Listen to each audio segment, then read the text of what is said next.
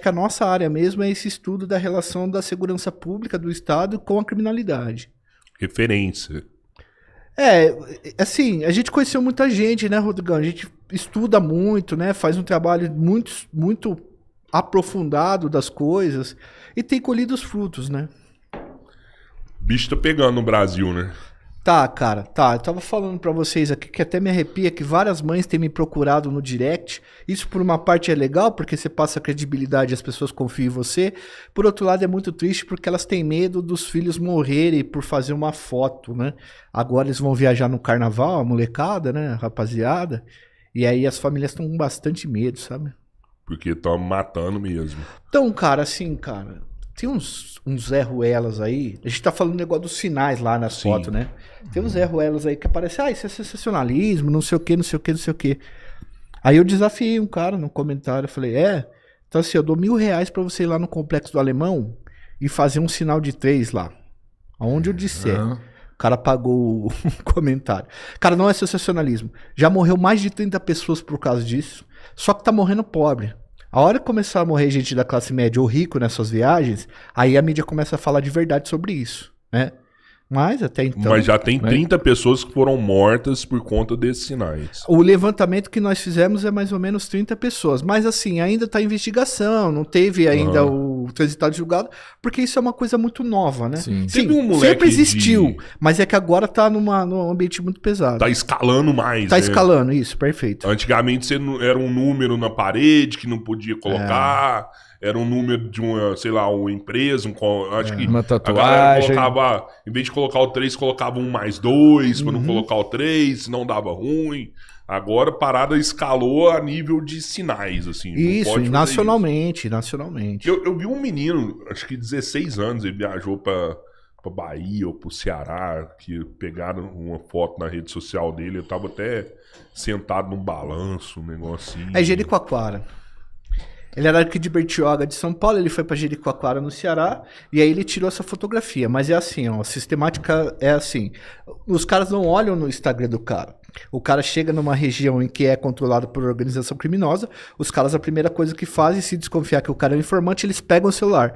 Aí eles abrem o celular e eles veem a rede social dentro do celular ou as fotos. Então, se tiver 3, 4 fotos do cara fazendo aquele sinal, o cara da facção muitas vezes entra na neurose e acaba fazendo algum negócio pro cara. Porque, pô, o bandido tem muito negócio de papo reto, né? Ele vai falando assim em cima da sua cabeça até pra ver se pega alguma contradição. Às vezes o moleque, ele não sabe, ele tá desesperado ali, ele não sabe responder e tal. Tá com medo, né? Paralisado. Paralisado, né? De medo, em choque, cara. Eu já conversei com um bandido, pô, entrevistei um cara de facção esses dias atrás, assim... Pô, até eu que tenho experiência nisso, chega um momento que o cara começa a entrar na sua mente mesmo, sabe? Pra ver se tem alguma contradição e tal. E se o cara já pensar que você é um informante, é pior ainda. E tem um fator psicológico que é o seguinte, quando você tá trocando ideia com um cara do crime, é uma troca de ideia. É diferente de uma inquisição, onde você sabe que o cara do crime tá lá pra te julgar. É outra pressão, você não vai ter a mesma resposta, capacidade de análise igual você tem. É uma inversão. Quando você tá trocando ideia com o cara do crime, ele não tá preocupado, mas é você que tá dominando a situação, teoricamente. Quando você vai pro tribunal... cai lá no morro, meu filho. E às vezes o cara é envolvido, né? O cara que vai pro tribunal do crime, ele é envolvido com o negócio. Então ele sabe o que ele fez, ele sabe o que ele não fez, ele sabe trocar ideia, ele sabe com quem ele tá trocando ideia. Entendi. Agora, um moleque que saiu daqui de Bertioga, foi pra Jericoacoara, ele de repente acabou pisando num território que é de organização criminosa, que eles controlam. E aí os caras pegam ele, o cara não sabe nem o que falar, o que fazer, velho. Entendeu? Não tem onde pôr a mão. Mas você sabe se eles chegaram a levar essas 30 pessoas pro tribunal do crime, ou os caras já estão fazendo isso na hora ali? Então, cara, é muito difícil de você entender qual que é a lógica. Eu entendo uma lógica do porquê que tá acontecendo isso, mas é difícil de você entender a lógica do momento. Então, por exemplo, teve 2 meninas que foram mortas no Mato Grosso. No Mato Grosso, isso. As meninas elas eram influências, elas fizeram vários sinais, e um cara de dentro da cadeia, segundo a polícia, teria sido um cara de dentro da cadeia que mandou sequestrar as meninas, e aí a molecada sequestrou da organização, né, os bandidos, e fizeram uma videochamada mostrando as meninas e o que era pra fazer.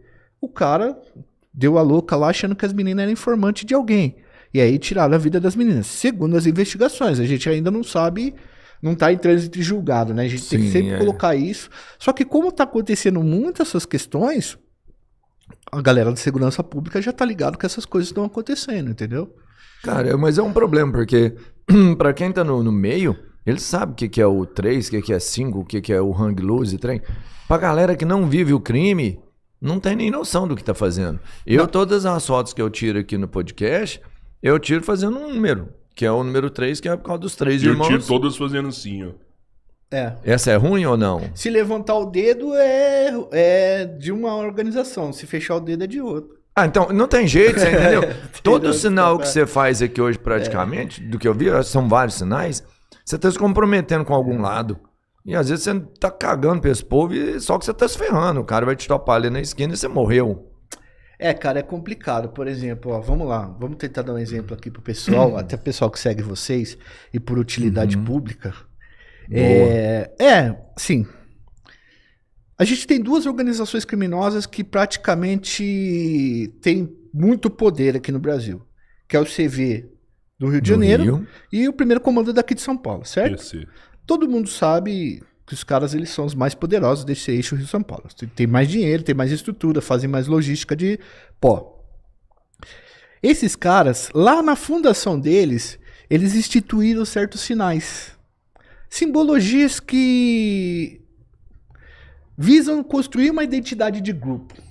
Tá ligado? Você, Rodrigão, não tem um cumprimento, não tem umas coisas que vocês falam um pro outro, que vocês definem, que vocês são amigos, de certa forma? Vocês não tem um grupo, sei lá, mano, um time de futebol que todo mundo veste a mesma camisa, o mesmo calção? Isso é uma identidade, certo? E aí foi definido na época que o primeiro comando usaria 3 dedos para fazer os sinais de reconhecimento e o CV os 2 dedos, que são a questão das letras, né? Sim. Então, a sigla do 3 e a sigla com 2. Todas as outras organizações criminosas do Brasil, pelo menos a maioria delas, ou elas se alinham com o primeiro comando, ou elas se alinham com o C vermelho. Com o comando. Por quê? Porque são os 2 grandes fornecedores de pó do Brasil. Porque tomaram essas rotas. Já eu explico isso daí mais fácil. E aí, um território que é controlado, por exemplo, é interessante pra galera entender. Um território que é controlado pelo Comando Vermelho, ou alinhados ao Comando Vermelho, você não pode fazer o 3. Assim. Se for 3, deu ruim. Pode dar ruim, desse jeito, certo? Pode dar ruim. E em territórios que são controlados por organizações alinhadas ao primeiro comando, seja de que estado for, aí você não pode fazer o 2. O Paz e Amor. Esse aqui, por exemplo, ou esse aqui, certo? Agora, se levantar esse aqui, já é 3, né? Porque você pode ser confundido por esses caras. É uma pena a gente ter que dizer que o brasileiro precisa tomar esse tipo de... Mas, cara, isso é típico de país que é tomado por organizações criminosas. O caso de El Salvador, por exemplo, lá na época você não podia nem fazer tatuagem. As pessoas não podiam tatuar. Tinha um tatuador que fechou as portas. Muitos tatuadores fecharam as portas porque qualquer tatuagem... Uma hora ou outra a gangue poderia identificar que fazia parte e poderia tirar sua vida, entendeu? Então isso é... No Talibã, por exemplo, no Afeganistão, vários sinais que as pessoas faziam lá, os caras se apropriavam e... Existe essa paranoia quando você tá vivendo num país em guerra, entende? Eu lembro da Alemanha, da França, quando foi invadida pela Alemanha na Segunda Guerra Mundial. Quando os franceses conseguiram retomar a França, ou a resistência francesa, eles pegavam mulheres que eles achavam que tinham colaborado com os alemães, para não falar o nome dos alemães que são, né, para não desmonetizar isso aqui, e eles cortavam a cabeça, jogavam tinta na mina, que é o que os caras fazem em algumas comunidades cariocas. Se a favela troca de facção, todo mundo que era próximo dos malucos ali, que eles chamam de bucha, ou mina que era envolvida, os caras tomam uma camaçada de pau, ou tem que sair da favela, ou os caras jogam tinta de parede na cabeça da mina e raspa a cabeça da mina, sacou? Tem vídeos disso. Tem muito vídeo de mentira disso aí que a galera faz pra causar pânico. Não, cara, porque esses vídeos rodam nos celulares das pessoas, dos caras da organização criminosa e de repente sai, né? Porque não dá pra você controlar. Realmente o que tá na rede aí é porque tem veracidade mesmo. O que tá acontecendo é que o brasileiro tá fazendo piada e meme disso daí, né? Porque aqui o nosso país se meme ganhasse guerra, Não tinha pra ninguém aqui no Brasil. Eu não sei, eu vi um vídeo, eu não sei se você viu, o cara tá no meio de uma mata, aí enrolar galho no pescoço dele, cipó, e o cara tá chorando lá, falando, ó, galera, o negócio é real, não faz o sinal, se fizer o sinal vai dar ruim, tô aqui, os caras me trouxeram pra disciplina, vai dar ruim pra mim. Eu não sei disso. Eu vi assim, falei, cara, que loucura, velho. Eu vi um vídeo também de 2 minas, que elas foram numa festa de outra comunidade, e quando elas voltou pra casa, os caras pegou elas e falou, ó, agora vocês vão aprender, sair daqui e fazer rolê com outros caras. E aí desceram o porrete nelas lá, velho. Isso acontece bastante. Mas tudo isso parte... Bom, eu tenho uma tese sobre isso daí, né? Eu tô escrevendo sobre isso, fazendo pesquisa.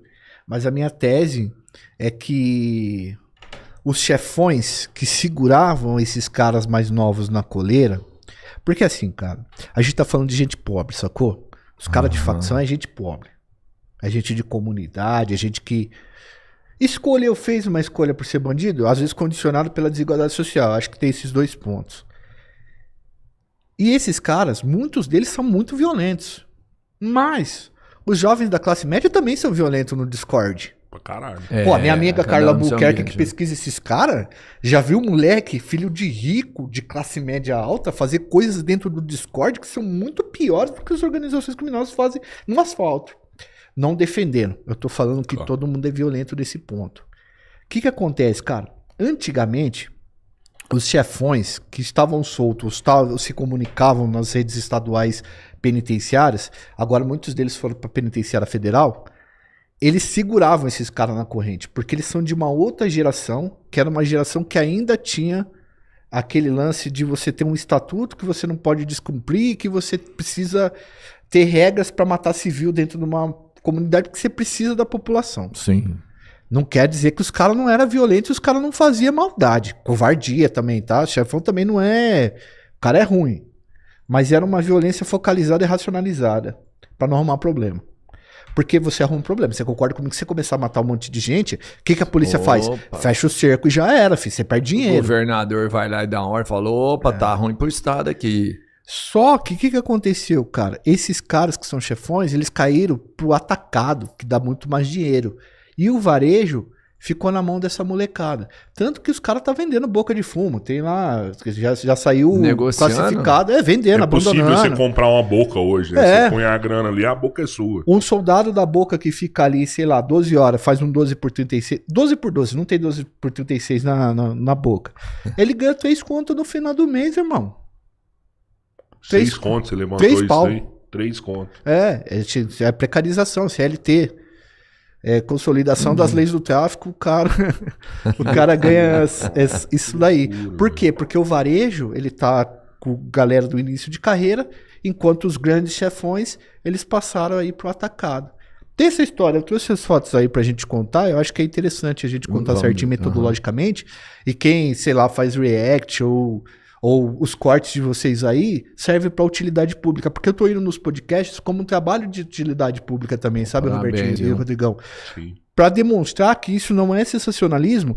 Enfim, mesmo que ainda não tá gigantesco, você imagina matar 30 filhos da classe média de rico. O que daria nesse país? É um peso, né? Entendeu? Então, assim... Deveria ter tido com os primeiros 30 que não são classe média, né? Porque vida todas têm o mesmo valor. Teoricamente, né? É que a gente sabe que quando você tá mexendo no pobre ali, o pobre matando o pobre, eles falam, deixa que eles se matem, eles resolvam entre si. Exatamente. Né? Até você chegar num ponto em que a pessoa tem poder pra virar e falar assim, eu quero que você me proteja. Hoje eu até entendo que essa galera é incontrolável, assim, mas